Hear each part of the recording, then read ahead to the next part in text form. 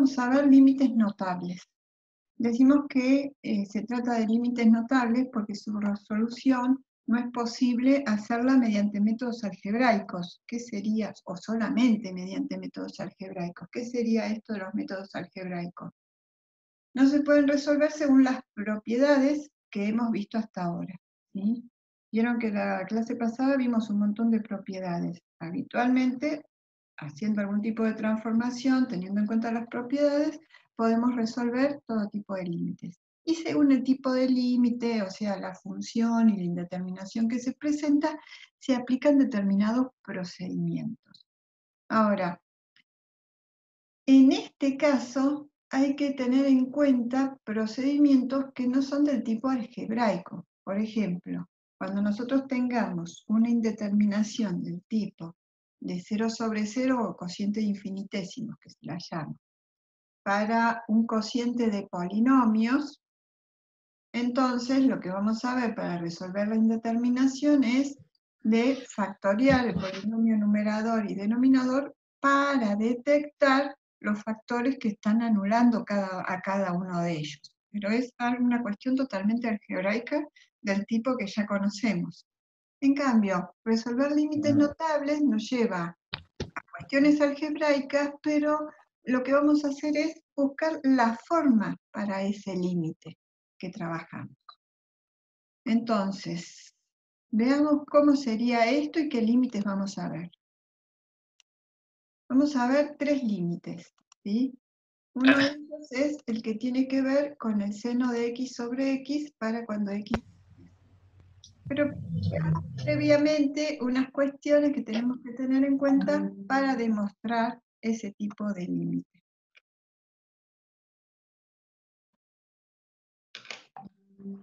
Fíjense en lo siguiente, tenemos un círculo que llamamos círculo trigonométrico. El círculo trigonométrico, la circunferencia tiene radio 1. Entonces trazamos un radio vector que hasta acá, y hasta el borde de la circunferencia, valdrá 1. Vamos a trazar este triángulo, o sea, trazamos esta línea celeste, trazamos extendiendo el radio vector, y esta línea violeta, y vamos a hacer la siguiente relación. Tenemos 2 triángulos rectángulos. Empezamos con el más chiquito.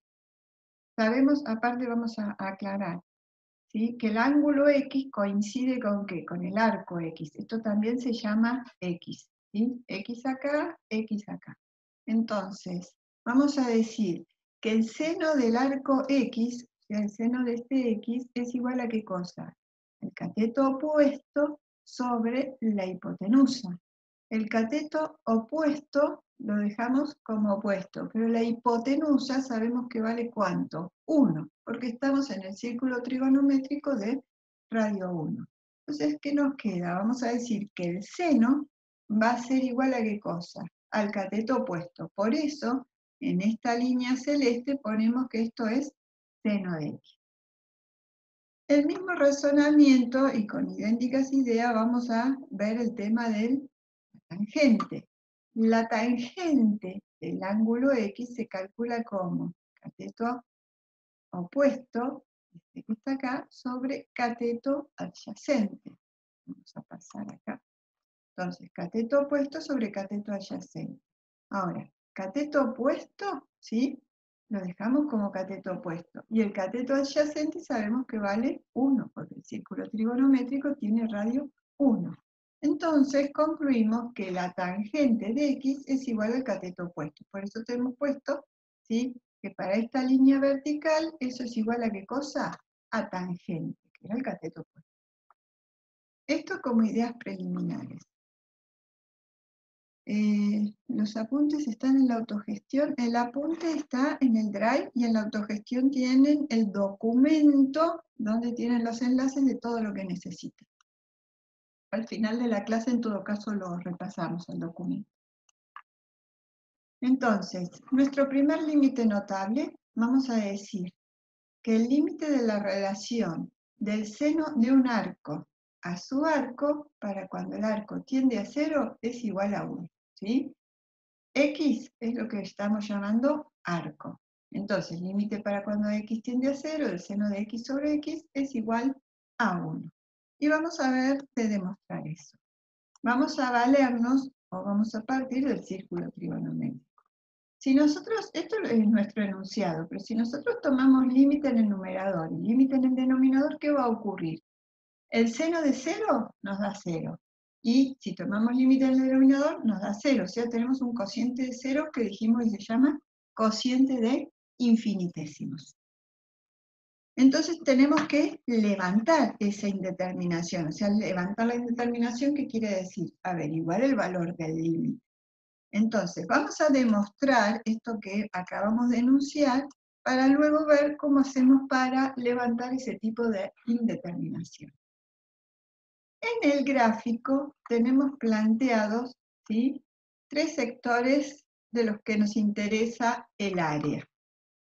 Tenemos el triángulo MOA, ¿sí?, donde vamos a decir que el ángulo del triángulo MOA es menor que el área del sector circular, ¿sí? Acá decimos sector circular MOA, y que a su vez es menor que el área del triángulo COA, o sea, este otro triángulo. Veamos un brevísimo fragmento de este video donde extrae cada una de esas áreas que está bueno para que se entienda mejor el tema de las áreas. Yo no comparto la demostración que hace el profe Willington, pero está bueno esa animación que tiene sobre cómo se toma cada una de las áreas. Así que vamos a poner ese video.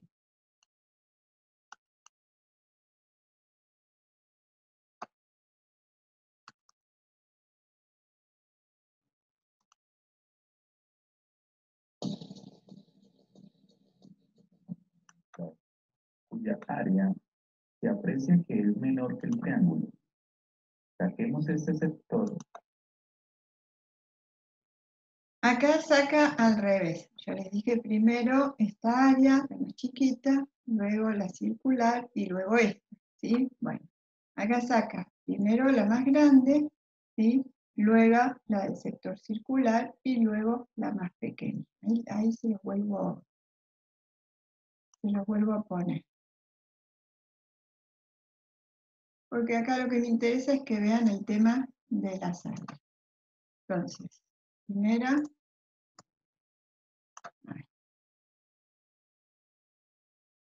la primera área que pone es la que nosotros estamos llamando, ¿sí?, el triángulo COA. La segunda área, la del sector circular MOA. ¿Sí? Ahí. Y la última es la del triángulo, ¿sí?, el área del triángulo MOA.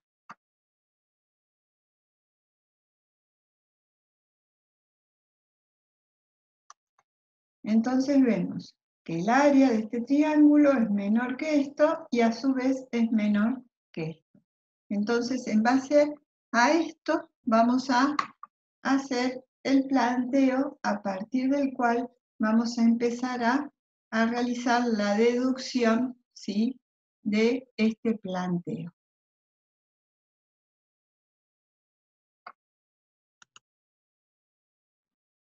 Entonces, vamos calculando cada una de las áreas. Vamos a empezar con el área del triángulo MOA, este triángulo más pequeño. El área siempre decimos que la calculamos como base por altura sobre 2. Sobre 2 lo estaríamos representando con el 1/2, ¿sí?, donde la base va a ser OA y la altura va a ser BM.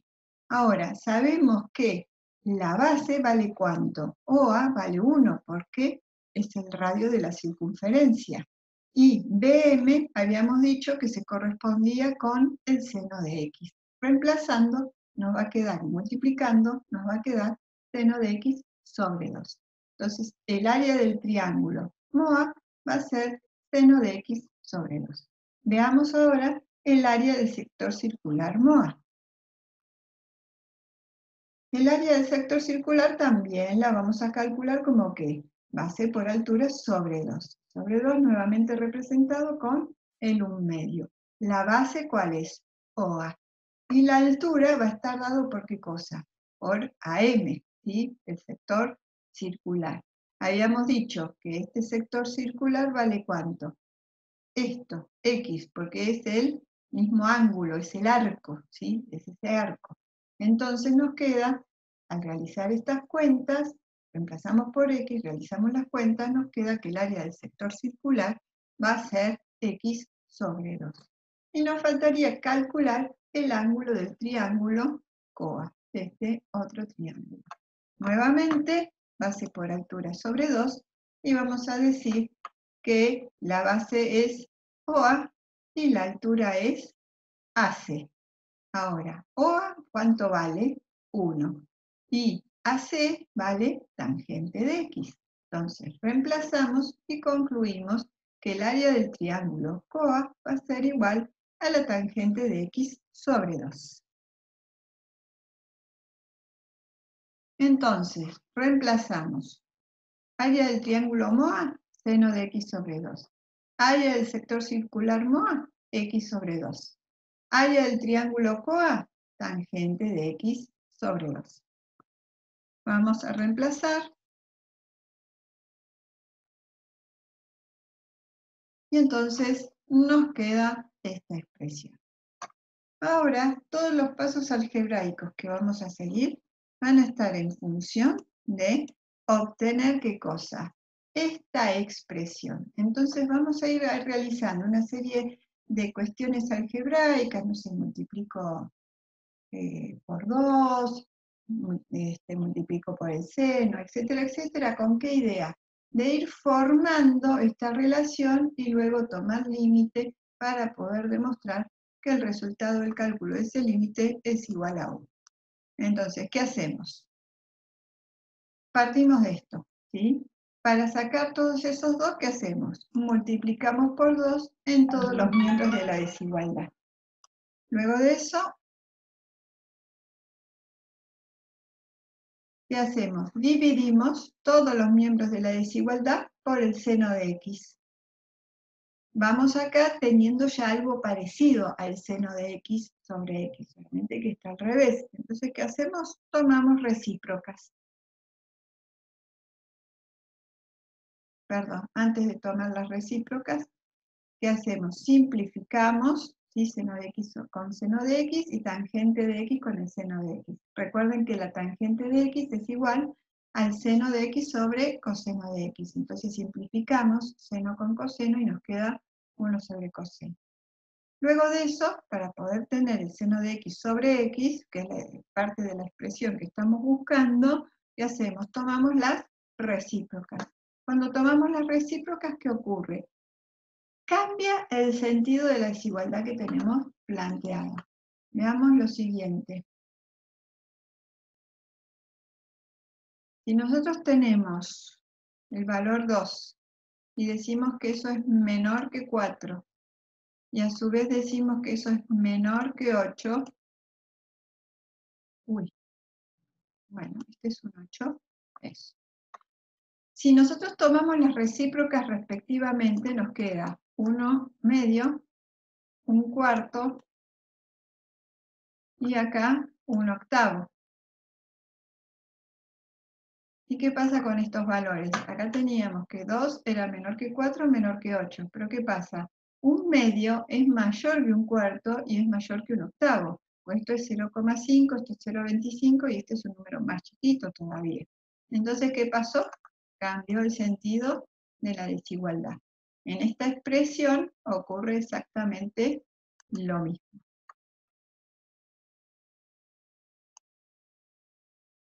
Tendría que borrar eso. Entonces, vamos a sacar esto de acá.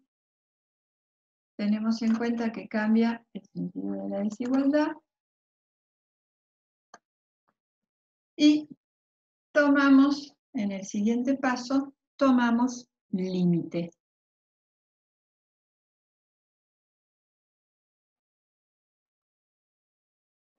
Entonces, si tomamos límite en todos los miembros de desigualdad. Y cuando tomamos límite, ¿qué es lo que agregamos? El igual, porque el límite nos va a dar el valor de frontera, o sea, nos va a dar un valor por el igual.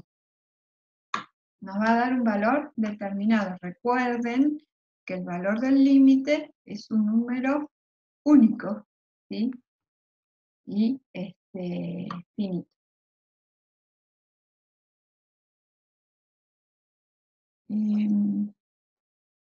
Acá un compañero dice que la presentación va muy tildada y no se entiende. No sé si es algo que te está pasando a vos con la recepción de la videoconferencia o si hay otro problema. Díganme, a ver, coméntenme los demás a ver qué ocurre, porque es el único comentario al respecto que tengo. ¿Anda bien? Anda bien. Bueno, intento ir igual un piquín más despacio, pero bárbaro. Cualquier cosa retomás después del video, porque debe ser un problema de tu señal. Bueno, entonces, habíamos tomado límite, dijimos, cuando tomábamos límite, agregamos el igual. Y vamos a analizar qué es lo que ocurre acá, ¿sí? Si tomamos límite de la constante, es la constante. Y límite para cuando x tiende a 0 y el coseno de x nos da 1, porque el coseno de 0 nos da 1. Entonces, fíjense qué es lo que tenemos. Que 1 es mayor o igual que esta expresión. O sea, ¿qué quiere decir? Que esta expresión es menor o igual que 1. Y además, acá dice que 1, o sea que este límite es mayor o igual que 1. ¿Sí? Entonces, por un lado me dice que es menor o igual que 1, por otro lado que es mayor o igual que 1 esta expresión. ¿Sí? Entonces, la única forma en que hay compatibilidad es cuando toda esta expresión sea igual a 1. Entonces concluiríamos que el límite para cuando x tiende a 0, el seno de x sobre x es igual a 1. Otra forma de ver esto, ¿sí?, es tener en cuenta el teorema del encaje, que también se dice el teorema del encaje. Tenemos tres funciones, ¿sí? La función h de x es menor que la función f de x y menor que la función g de x. Entonces vamos a decir que el límite de esta función, para cuando x tiende a un valor c, va a ser igual al límite de esta función, para cuando x tiende al mismo valor c, y va a ser igual a un límite L. Si ocurre eso, ¿qué va a pasar? Esta función también tendrá que tender a ese mismo límite L. Vamos a ver un pequeño fragmento de un video, ¿sí?, de este enlace que les dejo acá, ¿sí?, donde explica esto.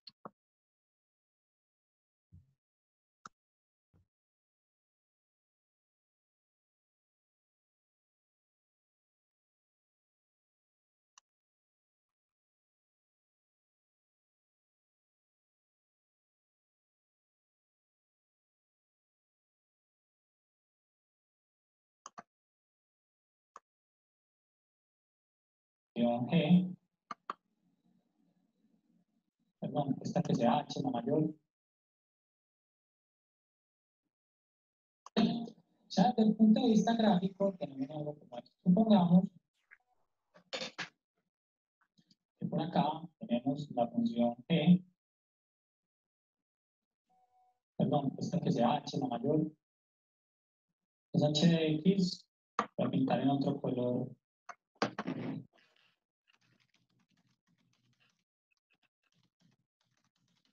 De X, y esta es mi función. De X, miren. F de X cumple con estar siempre por debajo de h de x y por debajo de g de x, y por encima, perdón, de g de x. Ya cumple con la condición.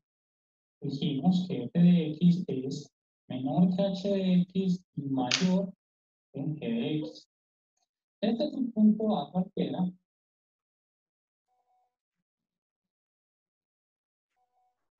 Y este punto de aquí lo llamamos nosotros L. Es más, como es un límite, inclusive recuerden que no tenemos que tener imagen en ese punto, puede suceder, y voy a hacerlo puede, no es que siempre suceda, pero puede suceder que ninguna de las tres funciones esté definida ahí. El límite, cuando x tiende a g de x es L, el límite cuando x tiende a también por la izquierda de g de x es L, o sea que el límite de g de x es en A, es L, lo mismo pasa para h, entonces, y en ese punto específicamente pasa para las dos, que h de x y g de x tienen el mismo límite en ese punto, entonces lo que vamos a tener es algo parecido a esto, ¿cierto? Donde se van a, digamos, ¿Estamos? Entonces, esto que les decía del teorema del encaje, gráficamente lo podemos ver de esta forma, según la explicación que nos daba acá el profe. Entonces, tenemos las dos funciones, nosotros pusimos h y g, ¿sí? Acá tenemos h, bueno, los valores acá serían al revés, ¿sí? Acá estaría g y h, ¿sí? Esta es la más chiquita, o sea, cuando decimos que la función es más chiquita, nos estamos refiriendo a los valores de altura, de ordenada, valores de la función, ¿sí? Entonces, todas estas ordenadas, ¿sí? Son más pequeñas que todas estas. Entonces, si la función está entre estas dos, ¿sí? Esa que estamos buscando, para nosotros sería esta, hipotéticamente, ¿no? Entonces vamos a decir que el límite para la función, para un determinado valor de tendencia, ¿qué ocurre? Va a ser el mismo para las tres. O sea, si el límite para la función roja es igual al límite para la función rosa, ¿sí? Entonces, como f de x está entre esas dos, para este valor tendrá el mismo límite. Eso es lo que nos dice el teorema del encaje, llamado familiarmente como el teorema del sándwich, pero eso el sándwich para recordar, para contar, para hablar de matemática, hablamos del teorema del encaje. Entonces, de esa forma es como justificamos por qué el límite, ¿sí? Luego de esto concluimos que el límite para cuando x tiende a 0 del seno de x sobre x nos va a dar el número o el valor 1, después de toda esta explicación, ¿sí?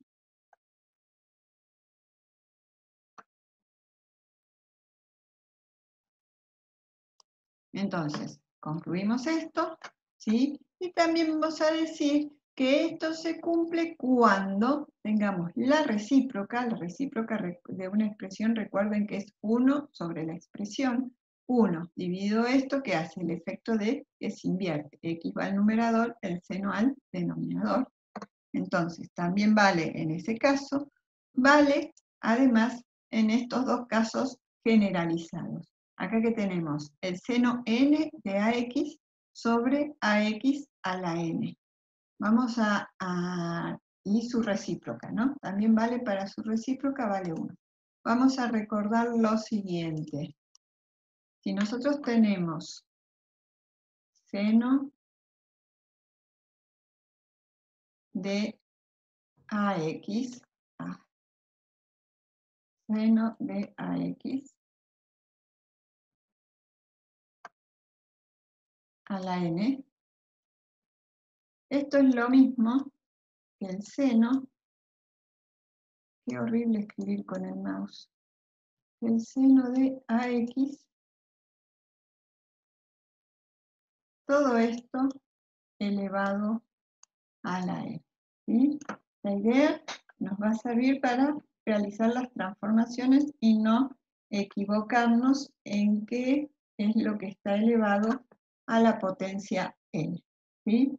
Entonces, cuando nosotros tenemos esto, estamos diciendo exactamente esto, ¿sí? Y entonces, ax, ¿sí? A la n es lo que necesitaríamos tener en el denominador. A sobre x sobre a por x, todo esto elevado a la n, ¿sí?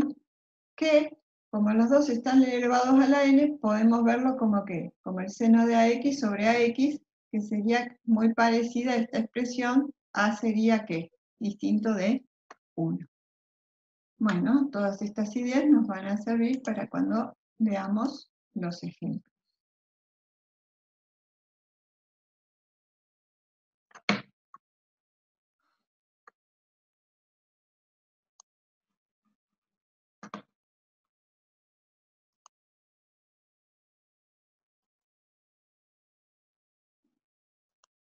También se puede demostrar de manera análoga, ¿sí?, que el límite de un arco a su arco para cuando el arco tiende a 0 de la tangente del arco a su arco va a ser igual a 1. O sea, límite para cuando x tiende a 0 de la tangente de x sobre x es igual a 1. Si nosotros tomamos límite, de la misma forma que nos pasó con el seno, decimos tangente en el numerador, ¿no? Tangente de 0, 0. Y en el denominador, tomando límite, ¿sí?, 0 nos da 0. Entonces, cociente de infinitesimos. Nos volvemos a basar en el círculo trigonométrico y en los mismos planteos sobre las superficies de los triángulos que hicimos hace un momento. Y vamos a realizar el mismo planteo preliminar, ¿sí?, donde decimos que el área del triángulo MOA es menor que el área del sector triangular MOA, y eso es menor que el área del triángulo COA, ¿sí? Y habíamos llegado a esta equivalencia calculando las superficies. Vamos a ver qué cambiaría, ¿sí?, para demostrar, en este caso, para el límite para cuando x tiende a 0 de la tangente de x sobre x, ¿sí?, qué cambiaría respecto de la demostración anterior del seno de x sobre x. A ver, Juliano dice que no entendió.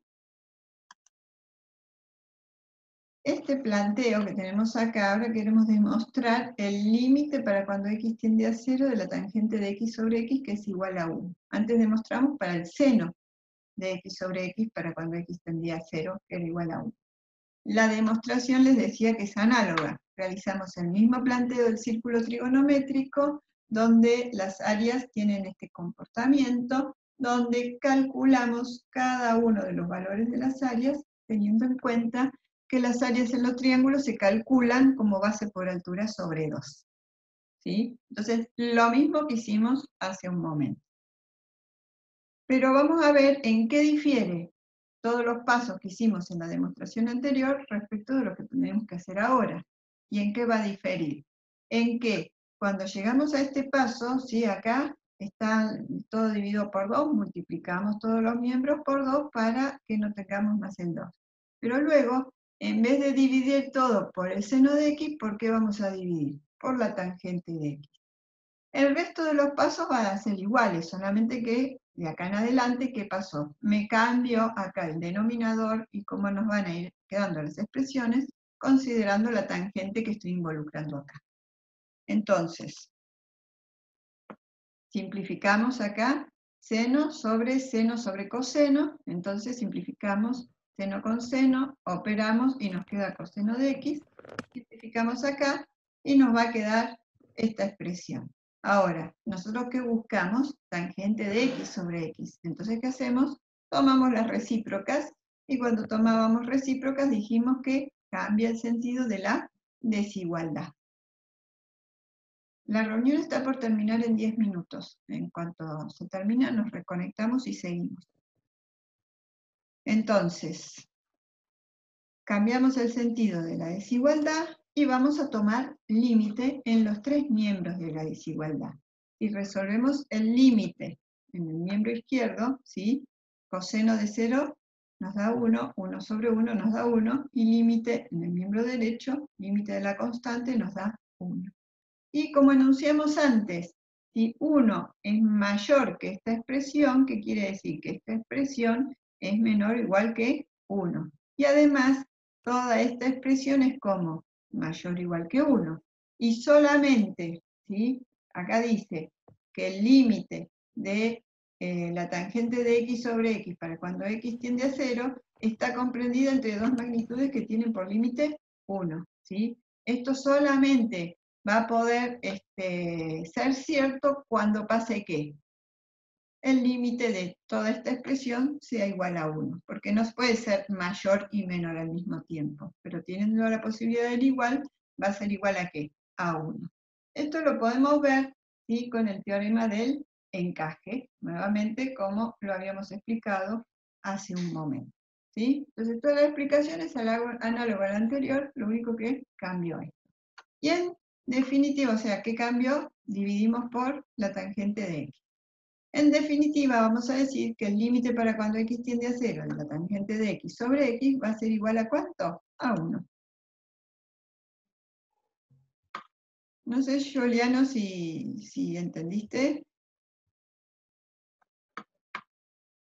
También, ¿sí? Dijimos que esto va a ser igual a 1, también vale para la recíproca, ¿sí? Entonces, cuando tomemos límite para cuando x tiende a 0 de x sobre tangente de x, también va a valer 1. Y también tenemos, tenemos la generalización, ¿sí? Para la función directa y su recíproca, que las comprendemos de la misma manera que lo hicimos antes. Entonces, vamos a ver unos ejemplos para ver cómo se aplicaría esto en el cálculo. Vamos a decir, tenemos el límite para cuando x tiende a 0 del seno de 3x sobre x. Si tomamos límite, ¿qué ocurre? 3 por 0 nos da 0, y el seno de 0 es 0. Y el límite en el denominador, reemplazamos por 0, nos da 0, decimos es indeterminado. Pero, ¿sí? Vemos que tiene una forma similar a ¿qué? Al límite notable, que sabemos que vale 1. Entonces vamos a operar de modo de utilizar esa información a nuestro favor. ¿Qué ocurre? Nosotros necesitamos tener acá en el denominador, ¿sí? 3x, este mismo arco, ese mismo argumento que tiene el seno. Entonces, ¿qué vamos a hacer? Como el 3 no lo tenemos, lo vamos a colocar. Pero si agrego ese 3, ¿qué ocurre? Tengo que compensarlo para no alterar la expresión. Entonces, cuando compenso el 3, ¿qué ocurre? Este 3 acá no lo necesito. Podría aplicar propiedades de límites y sacar el 3 fuera del límite. Y entonces voy a tener ahí armado un límite que tiene la estructura del límite notable que habíamos deducido. O sea, el seno de un arco a su arco para cuando el arco tiende a 0. Lo importante que es que tengo que tener la misma expresión en el argumento que en el denominador. Y nosotros trabajamos por fuera del argumento. El argumento no lo tocamos para nada, el argumento del seno, ni de la tangente. Trabajamos por fuera, ¿sí? Buscando de obtener la misma expresión. En definitiva, el límite notable vale 1, 3 por 1 nos dará 3. Si miramos, bueno, si fuera el caso, ¿sí? La tangente la trabajaríamos de la misma forma. Ya vamos a ver un ejemplo. Si observamos la gráfica del primer ejemplo, ¿sí? El cálculo que realizamos, ¿qué quiere decir? Cuando me acerco a 0 por derecha y por izquierda, el límite de la función, ¿cuánto va a ser? El número 3. ¿Sí?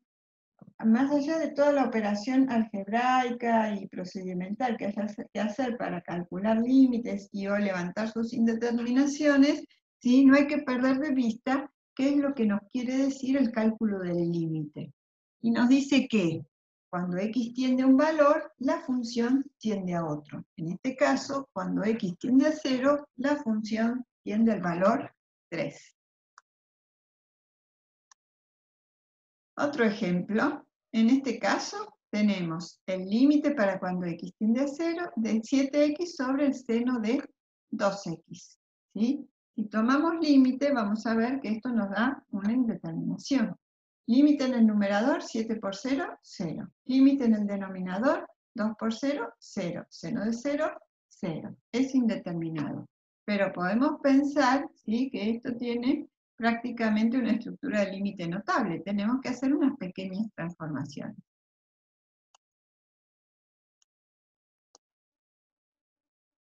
Entonces, ¿qué necesito? Tener en el numerador la misma expresión que tengo en el argumento del seno. ¿La expresión cuál es? 2x. Acá no tengo 2x. Digamos, ¿qué me molesta, entre comillas? El 7. ¿Y qué me falta? El 2. Entonces voy a ir reacomodando para tener, ¿sí?, lo que necesito. El 7 va fuera del símbolo del límite, porque el límite es una constante, la constante lo dejamos fuera. ¿Y qué hacemos? Agregamos el 2 y si agregamos el 2 que necesitamos, lo compensamos, ¿sí? Tengamos en cuenta que 2 sobre 2 es un 1. Lo único que ese 1 que voy a hacer, lo voy a poner como me sirve para expresar el límite notable. Ahora, ¿qué me molesta? ¿O qué me sobra? ¿O qué no me serviría acá? El 2. Entonces, el límite de una constante, la constante. El 2 irá fuera del límite, por propiedades del límite, ¿no? Entonces nos va a quedar 7 medios por el límite que le hemos dado la forma del límite notable. Entonces, ese límite, ¿cuánto vale? Vale 1. Y entonces, el resultado del límite será 7 medios por 1, 7 medios. Veamos gráficamente qué significa eso. Cuando me acerco a 7 medios, ¿sí? Perdón, cuando me acerco a 0 por derecha y por izquierda, el límite de la función, ¿cuánto es? 7 medios. Tercer ejemplo. Tenemos en este caso tangente cuadrada de 5x sobre 5x al cuadrado. Si tomamos límite, hacemos límite en el numerador, límite en el denominador. En el numerador, 5 por 0, 0. La tangente de 0, 0. Y 0 al cuadrado, 0. Tenemos un 0 en el numerador. Acá, 5 por 0, 0. Y 0 al cuadrado, 0. Tenemos una indeterminación. Pero, ¿sí? Ese límite tiene la forma del límite notable. Y exactamente la forma. Pero veamos lo siguiente. Podríamos pensar, ¿sí?, que este límite que tenemos acá lo podríamos expresar 5x al cuadrado como 5x por 5x. Y la tangente cuadrada de 5x, que es tangente de 5x por tangente de 5x. ¿Ya? Toda esta expresión es lo mismo que esto que tenemos acá. ¿Sí? Cada uno límite de un producto, y producto de los límites, tenemos armado cada límite. ¿Sí? Esto claramente tiene el mismo formato de los ejemplos que veníamos trabajando hasta ahora. ¿Sí? Y también de los planteados. Entonces, ¿qué va a ocurrir? Me queda 1 por 1, ese límite me dará 1.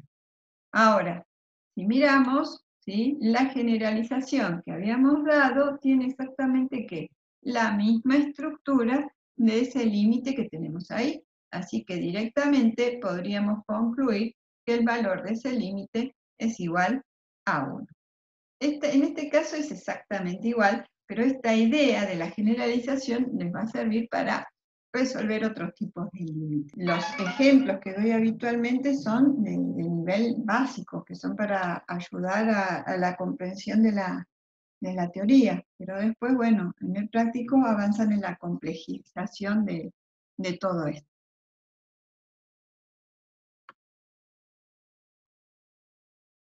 Bueno. Ejemplo 3, me parece que preguntaron algo sobre los gráficos. Fijémonos el ejemplo 3, que quiere decir esto que hemos calculado. Que el límite de la función planteada, ¿sí?, para cuando x tiende a 0, ¿sí?, nos va a dar 1. ¿Sí? Nos va a dar 1. Entonces, si me acerco a 0 por derecha y por izquierda, el límite de la función será igual a 1.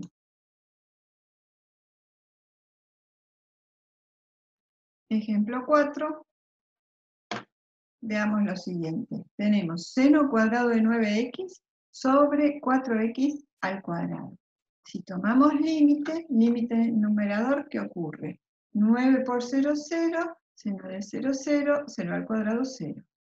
Y acá en el denominador, 4 por 0, 0, 0 al cuadrado, 0, decimos es indeterminado. Pero reconocemos o sospechamos que podríamos resolver con el límite notable. Entonces, ¿qué es lo que necesitamos? ¿Sí? Acá tenemos 9x, y esta es una función que está elevada al cuadrado. Entonces, en el denominador necesitamos 9x al cuadrado, pero tenemos 4x al cuadrado. Podríamos aprovechar el x cuadrado y deshacernos del 4 al cuadrado. ¿Sí? Distribuimos la potencia en cada uno de los factores Y entonces nos queda 4 al cuadrado por x cuadrado. El 4 al cuadrado no nos sirve, entonces, por propiedad del límite, lo podemos sacar fuera del límite, porque el límite es una constante, la constante lo podemos llevar fuera. ¿Y qué vamos a agregar o qué nos interesa tener acá? 9 al cuadrado. Así que vamos a agregar el 9 al cuadrado y vamos a compensar el 9 al cuadrado, ¿sí? Entonces, de esa forma podemos armar el límite notable. Nosotros veníamos compensando el 9 cuadrado acá adentro, pero luego hacíamos ¿qué cosa? Como el límite de la constante y no nos sirve para armar el notable, lo sacábamos fuera del límite. ¿Qué es lo que nunca puede salir fuera del límite? La variable. Cualquier constante, ¿sí? Cualquier expresión que no tenga nada que ver con la variable podrá sacarse fuera del límite por propiedades del límite. Bueno, en definitiva, ¿qué nos queda? 81 sobre 16 por el límite de esta expresión. Y esta expresión tiene la forma de ¿qué? Del límite notable, que vale ¿cuánto? 1. Por lo que el resultado de ese límite va a ser 81 sobre 16. A ver.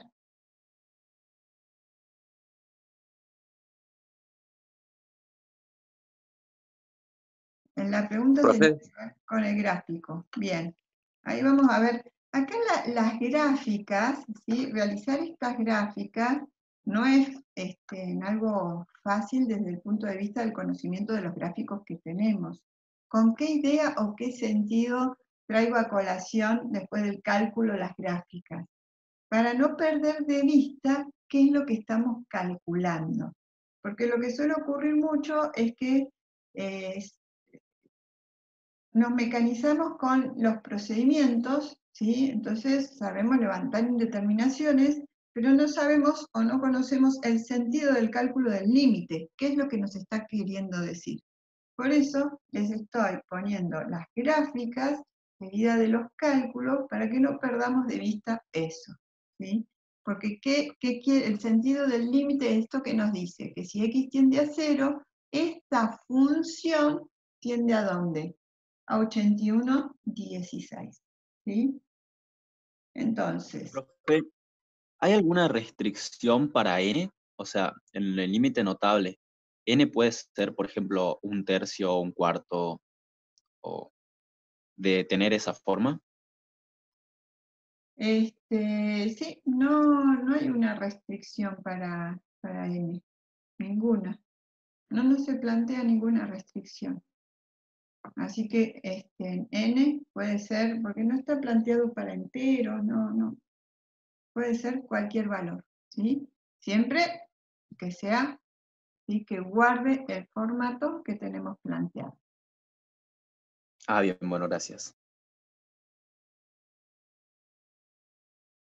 Entonces, para la función que teníamos planteada, ¿sí? Vamos a ver que cuando, ¿sí? X a 0, ¿sí? El valor del límite de la función, ¿a dónde va a tender? A 81 sobre 16. Profe, ¿me escucha? ¿Algo? Sí, decime. Una pregunta, yo no había entendido si se reemplaza lo que sería el 9 elevado al cuadrado en el denominador, o sea, cambia el lugar solamente. El 9 al cuadrado. En realidad, ¿sí? No es que reemplazo algo. ¿Qué hago? El 4 al cuadrado, que no me sirve porque yo necesito para poder decir que el límite notable vale 1, si acá tengo 9x y esto está elevado al cuadrado, acá necesito 9x elevado al cuadrado. Esa es la estructura del límite notable que vale 1. Entonces, si yo no tengo eso, veo de qué, de deshacerme de lo que no me sirve y poner lo que me sirve para armar el límite notable. ¿Qué sería en este caso deshacerme de lo que no me sirve? El 4 al cuadrado no me sirve, ¿sí? Porque la estructura y el valor del arco es 9x. Entonces necesito lograr acá, ¿qué cosa? 9x, pero ¿qué? Al cuadrado, ¿sí? Entonces, el x cuadrado lo tengo, me falta el 9 al cuadrado, entonces lo pongo y luego lo compenso. O sea, si lo pongo y lo compenso, tengo un 1, pero es un 1 que está escrito de otra forma, ¿sí? Y luego, como el 9 al cuadrado acá, digamos, me molesta, puedo ¿qué? Aplicar propiedades del límite, y dice que el límite de la constante es igual a la constante, entonces me quedará fuera del límite el 9 al cuadrado. Y entonces ahí sí tengo la estructura del seno cuadrado de 9x sobre 9x al cuadrado, que es igual a la misma estructura que la de la generalización. Entonces sabemos que esto ¿sí? Tiene la forma del límite notable que vale 1, y entonces reemplazamos su valor por 1, y este será el valor del límite. Decime Profe, si está una aclarado o no. pregunta. ¿Sí? ¿Es lo mismo si sacamos el 4x? Digamos, si sacamos 9x y hacemos la igualación, o sea, que quede igual arriba y abajo en solamente de 4x, o tiene que ser sí o sí de los 9x. Y tiene que ser 9x, no 4x. Aparte no podés sacar 4x. ¿Qué quieres decir con sacar 4x? No, digamos, del que nos sirve y el que no nos sirve, a eso me refiero. Digamos, de Acá saca. lo que no nos sirve es el 4 al cuadrado.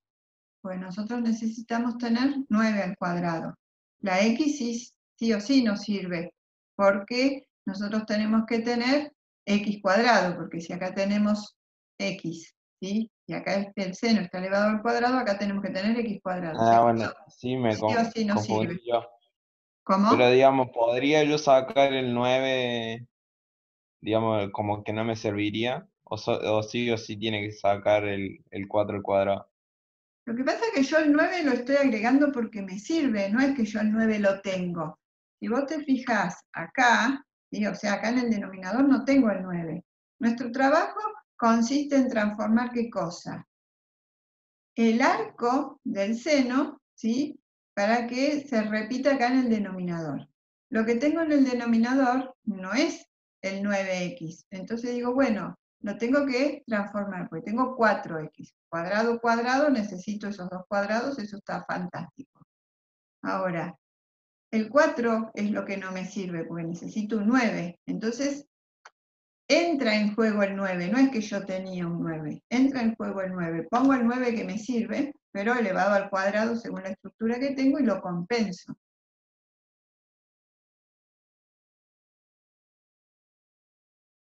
Siempre lo que me sirve va a tener que ver con lo que necesito cambiar para tener el mismo argumento del seno o de la tangente, ¿sí? Nunca alteramos el argumento del seno o la tangente. Lo que alteramos es lo que está en el denominador, si es el caso, y si esto estuviera al revés, sería lo que está en el numerador.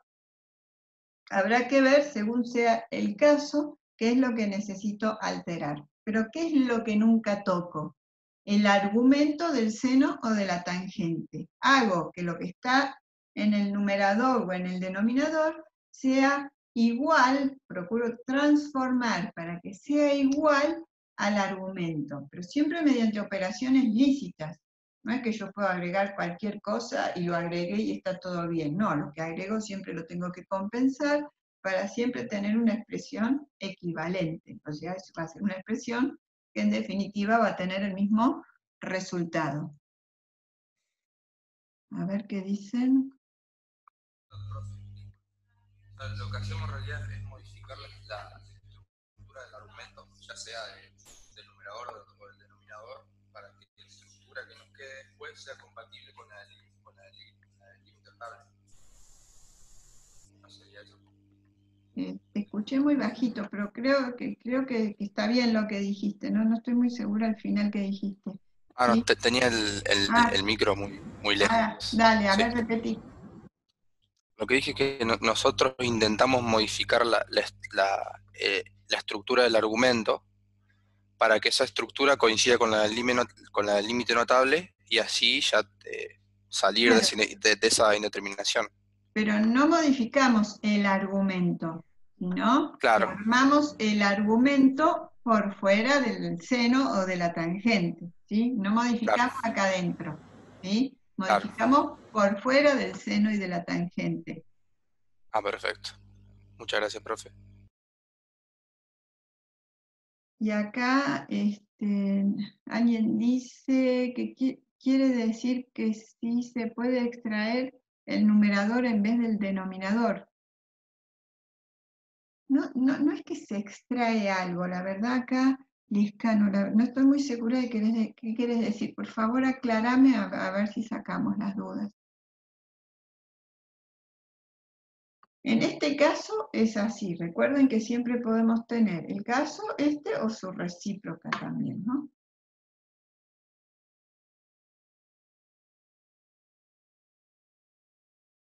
Bueno. Entonces, habíamos visto, ¿sí?, cuál era el gráfico de esta situación. Y entonces, cuando el límite de x tiende a 0, el límite de la función tiende a 81 sobre 16. Bueno, perfecto. Estoy contestando al escala. Otro tipo de límites notables, ¿sí? Tenemos límite para cuando x tiende a infinito de 1 más 1 sobre x elevado a la x. Si tomamos límite en la base, hacemos 1 sobre infinito tiende a 0 y 1 más 0 nos da 1. Ese es el límite en la base. Y el límite en el exponente nos dará infinito. Si recuerdan, eso es indeterminado. Entonces, sabemos, no lo vamos a demostrar, que este límite, o sea, vemos toda esta forma, ese límite vale que es un número, ¿sí? 2,71818 es un número irracional, tiene infinitas cifras decimales. Es la base del logaritmo natural, que ustedes recuerdan. Bueno, y otra forma, ¿sí?, de lo que llamamos número ¿sí?, va a estar dado para cuando a 1 sobre x lo llamemos t, entonces si despejamos x, intercambiamos, nos queda que x es igual a 1 sobre t. Entonces, cuando x tiende a infinito, ¿sí?, si x tiende a infinito, 1 sobre infinito tiende a 0, entonces decimos que t tiende a 0. Entonces podemos tener otro formato para el número según esta sustitución que acabamos de hacer. Entonces, veamos acá. Acá tenemos tendencia e infinito. 1 más el término que contiene la variable, donde la variable está en el denominador. Y la relación que existe entre el término que contiene la variable y el exponente es que el exponente es la recíproca del término que contiene la variable. ¿Qué sería la recíproca de una expresión? 1 sobre la expresión. O sea, si tenemos 1 sobre x, si realizamos ese cociente nos queda x. En este caso ocurre exactamente lo mismo. Fíjense, tenemos tendencia 0, entonces tenemos 1 más el término que contiene la variable, pero con la tendencia 0 la variable está en el numerador y el exponente es la recíproca del término que contiene la variable.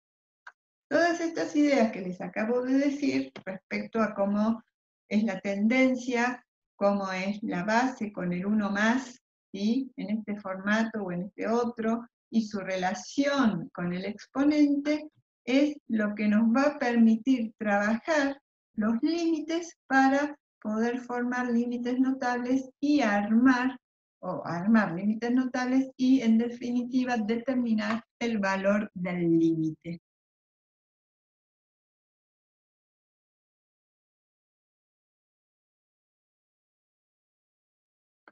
Veamos esto, bueno, esto que veamos el formato es lo que les acabo de decir, ¿sí? 1 sobre x, el término que contiene la variable en la base, ¿sí? ¿Cómo va a ser el exponente respecto a esto? La recíproca.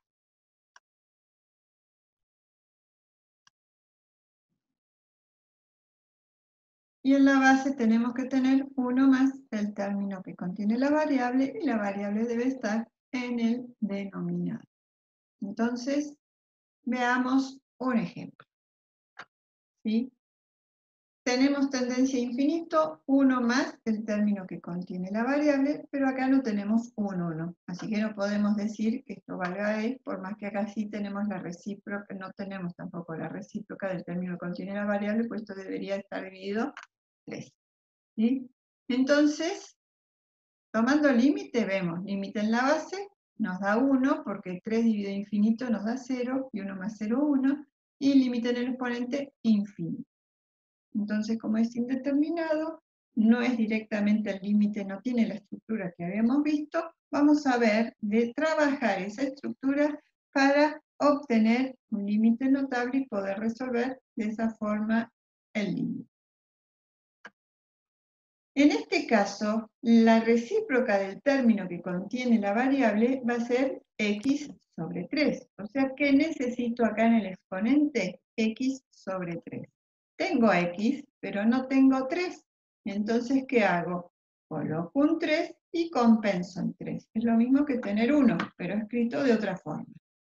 Ahora, si tengo esta multiplicación, podría, ¿sí?, el 3 pasarlo hacia la derecha y asociar convenientemente para armar el límite notable. ¿De qué forma asociamos? ¿Sí?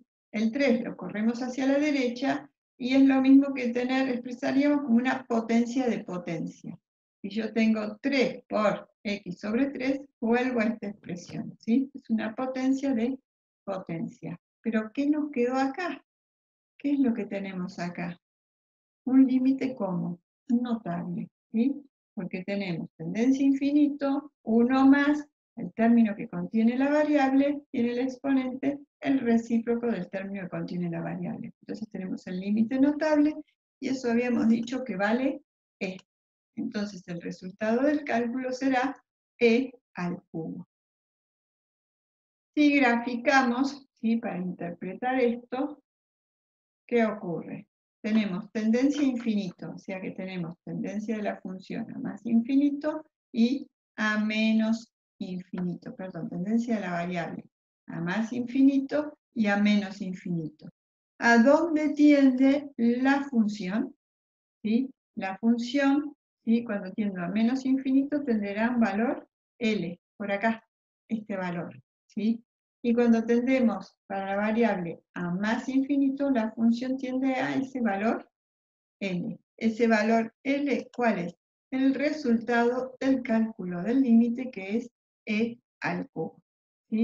Acá la escala en el GeoGebra hay algo que no queda bien por la cantidad de valores que estamos tomando, pero E al cubo no es 20, sino casi 20, es un número cercano, 18 y pico, 19 por ahí. ¿Sí?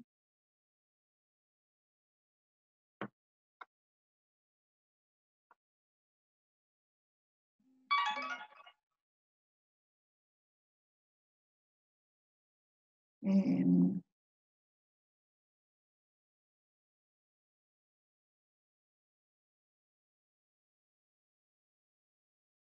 realidad esto no lo estamos relacionando con el número de Euler, sino con el número E. ¿Sí?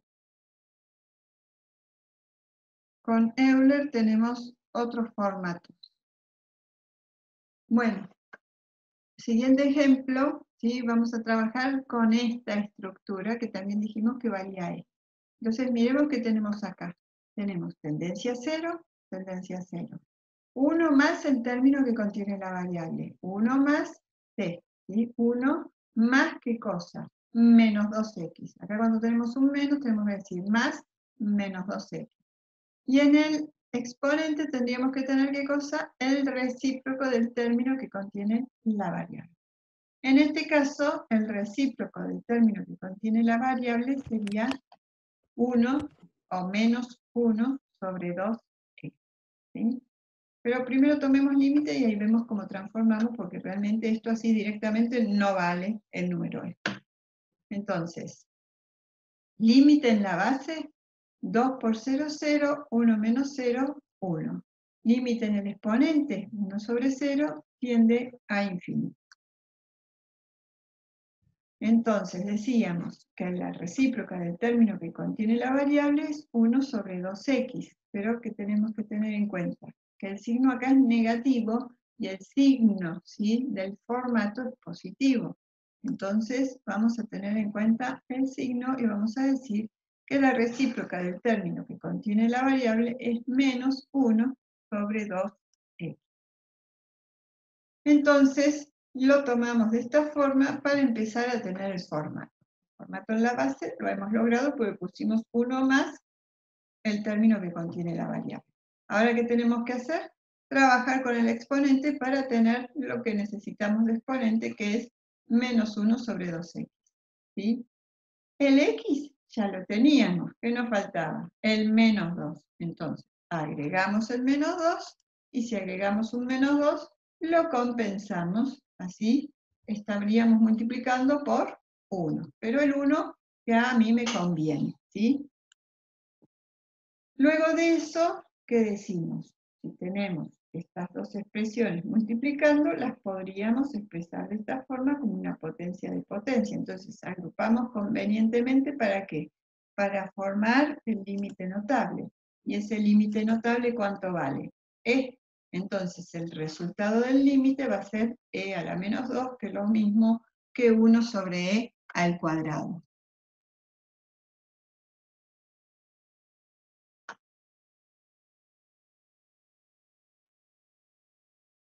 Bueno, y si miramos la gráfica en este caso, ¿sí?, cuando x tiende a 0 por derecha y por izquierda, el valor del límite de la función será 1 sobre e al cuadrado.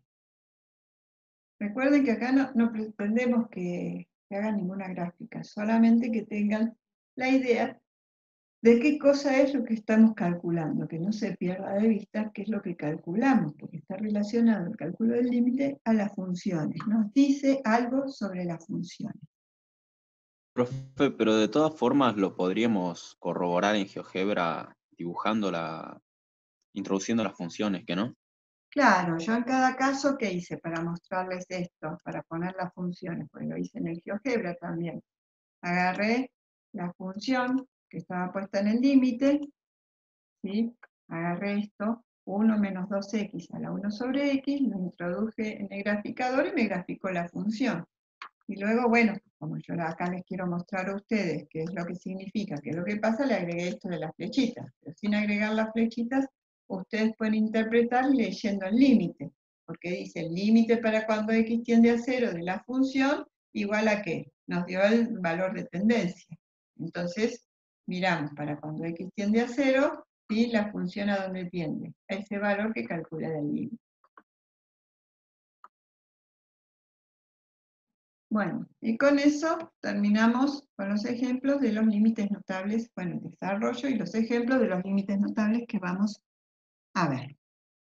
Entonces vamos a pasar ahora a la extensión del concepto de límite. No sé cuánto tiempo nos queda de reunión. Bueno, si se corta, nos volvemos a reconectar. No sé si terminamos y cuarto en punto, tal vez nos pasamos unos minutitos, pero lo que quiero hacer es terminar la extensión del concepto de límite, así la próxima clase empezamos con continuidad y discontinuidad. Y apenas terminamos la extensión del concepto de límite, vemos el archivo de trabajo, el documento semanal que les paso todas las semanas, ¿sí?, para ver unos detalles, para que ustedes tengan claro, según lo que me habían preguntado al principio de la reunión, sobre dónde están los archivos. Bueno, Profe, la próxima clase sería el lunes que viene, ¿no? sí, todos los Con usted. lunes, ¿sí? Y ¿Sabe algo de la profe cuando práctico? tengamos un lunes feriado, vemos qué hacemos, ¿sí? ¿Cómo me decías? ¿Sabe algo de las clases de práctico? ¿Por qué me decís?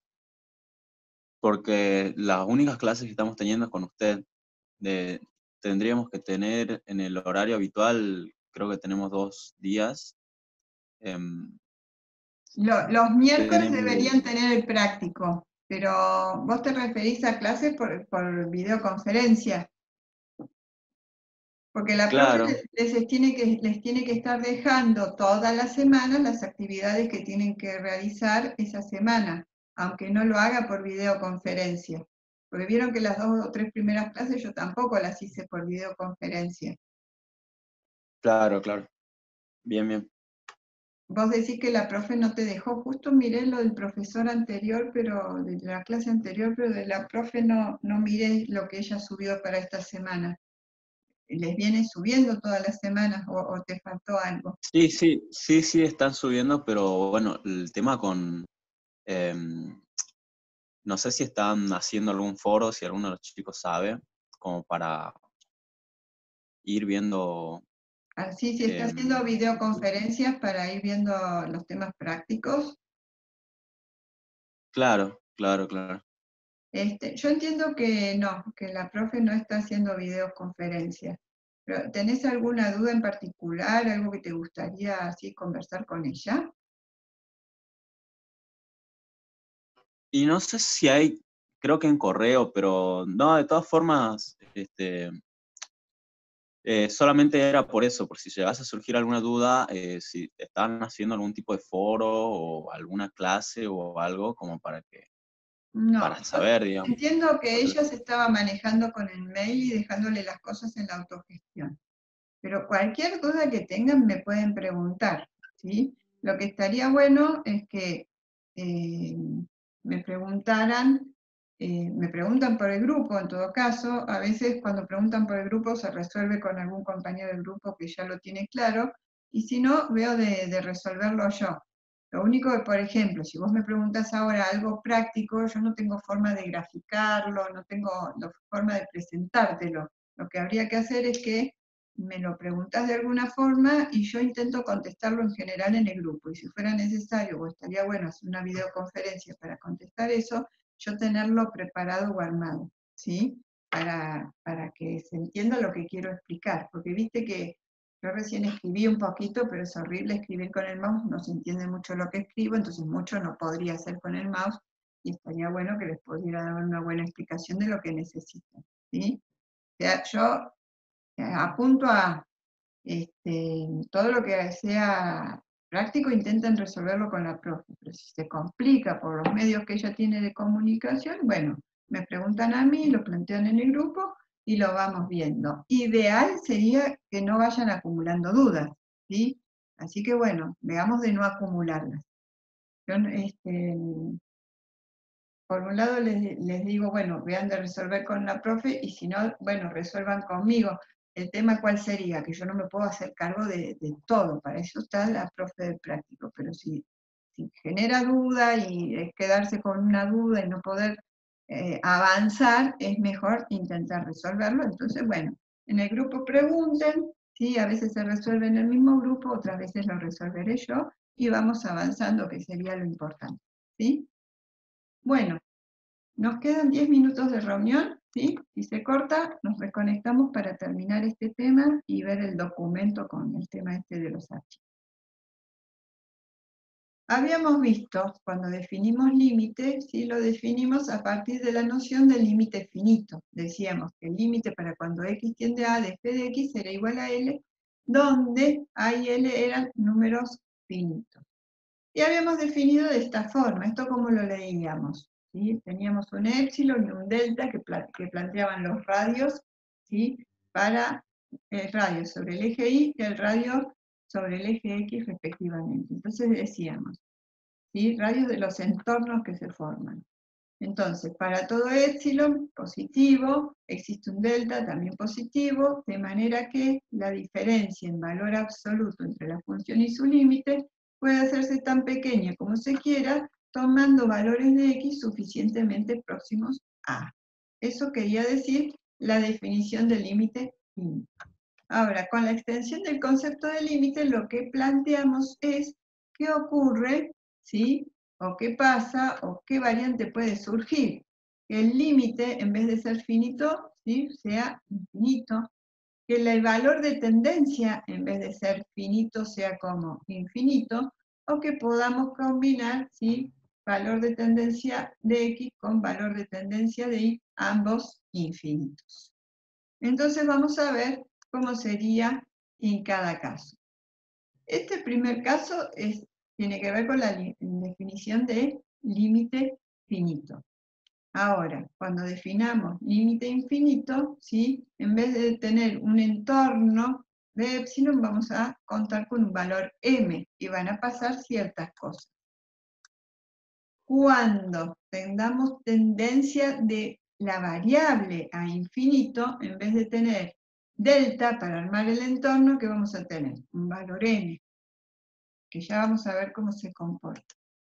Y cuando tengamos el caso de tendencia de la variable y de la función a infinito, vamos a tener una combinación de m y n. Esos dos valores que son grandes, o sea, son positivos, pero arbitrariamente grandes.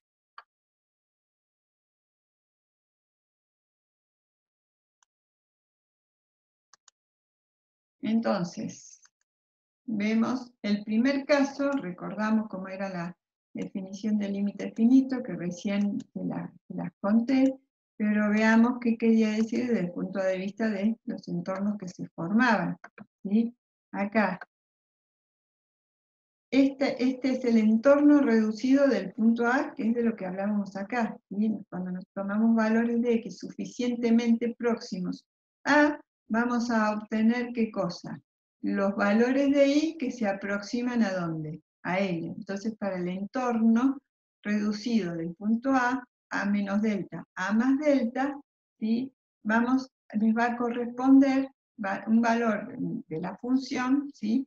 En donde, en el intervalo menos epsilon más epsilon, que corresponde al entorno de L.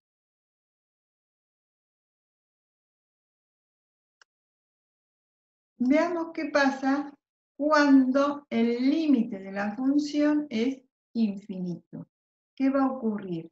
Entra acá a jugar un nuevo número que dijimos que era m, que es positivo y arbitrariamente grande. Y entonces, ¿cómo vamos a leer esto que está acá? Vamos a decir que la función tiene por límite infinito para cuando x tiende a, si ocurre ¿qué cosa?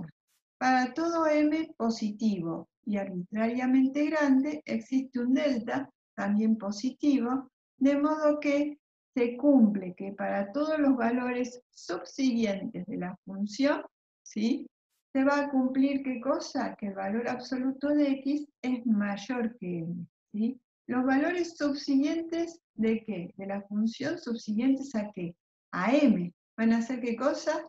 Mucho mayores que m, ¿sí? Pero tomando valores de x suficientemente próximos a. Bueno, veamos con un ejemplo qué quiere decir eso. Tenemos, por ejemplo, esta gráfica, ¿sí? Vamos a marcar acá el entorno, ¿sí?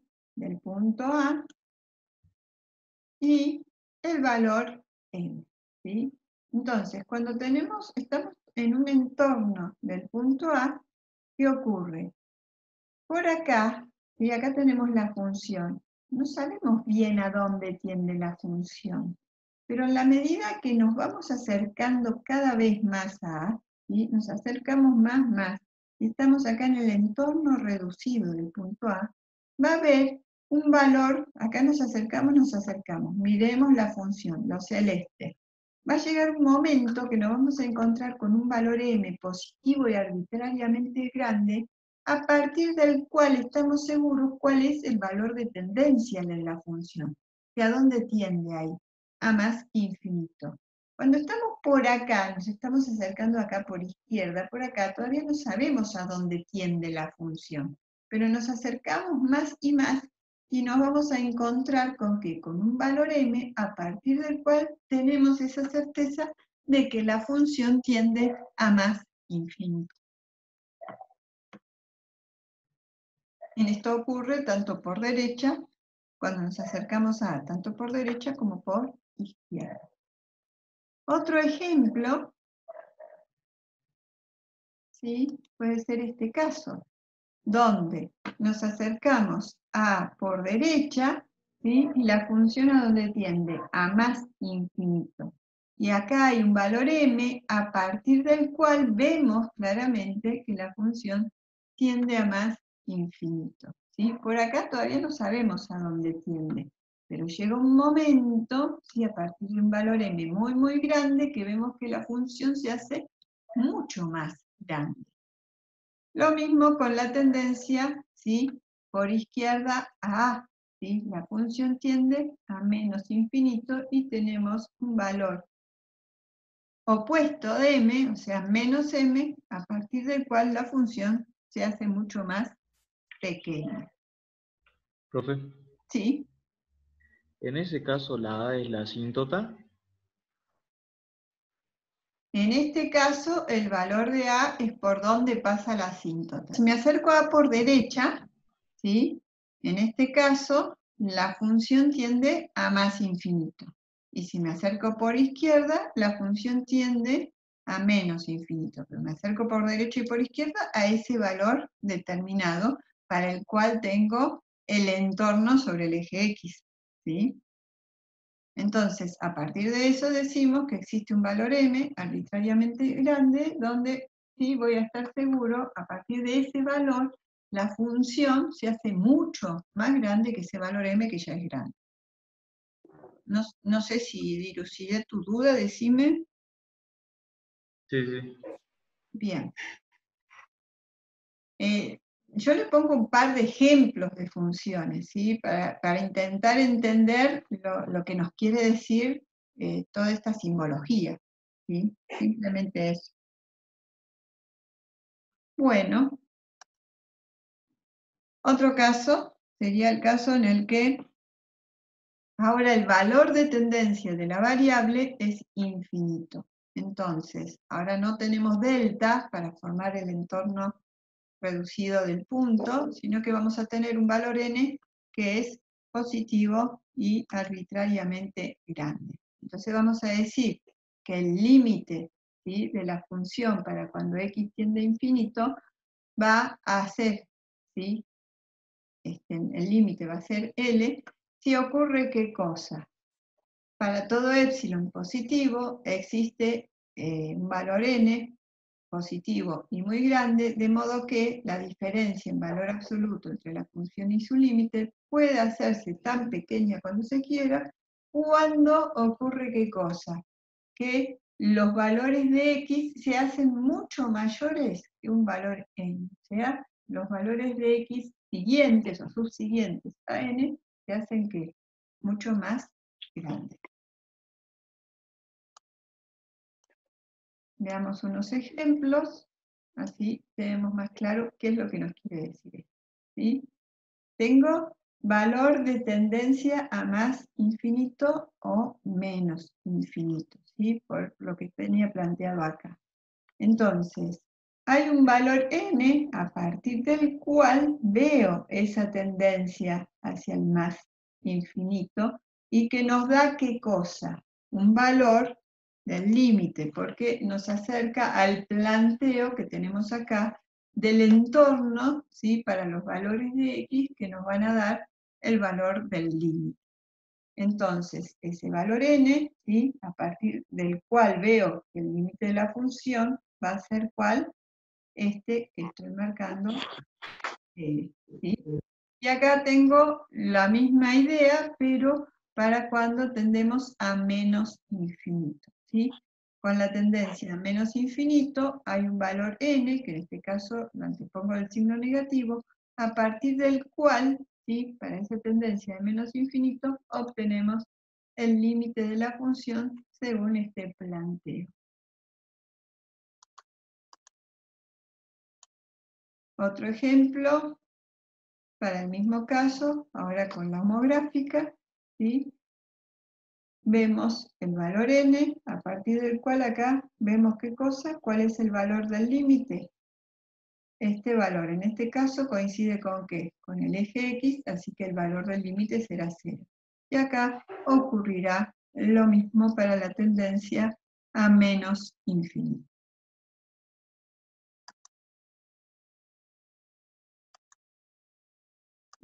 Ahí faltaba armar el entorno. Y el último caso, ¿sí? Nos propone que tendencia más infinito de la variable y de la función. Así que ya no hablamos acá de los entornos reducidos, ¿sí? Entorno para y, entorno para x, sino que hablamos de valores m y n arbitrariamente grandes, ¿sí? Entonces vamos a decir que la función tiende a infinito cuando x tiende a infinito si ocurre lo siguiente: para todo m positivo y arbitrariamente grande, existe un n también positivo y arbitrariamente grande, a partir del cual se verifica ¿qué cosa? Que el valor absoluto de la función es mayor o mucho mayor que ese valor m para cuando tenemos valores de x que son mayores o mucho mayores que ¿qué cosa? Un valor n. Siendo esos dos valores m y n muy muy grandes o arbitrariamente grandes. Veamos un par de ejemplos. Ahí está.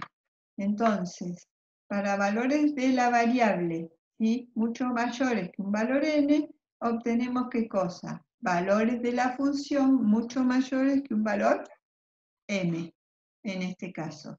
Y para valores de la variable mucho mayores que un valor menos n, obtenemos valores de la función mucho mayores que un valor menos m.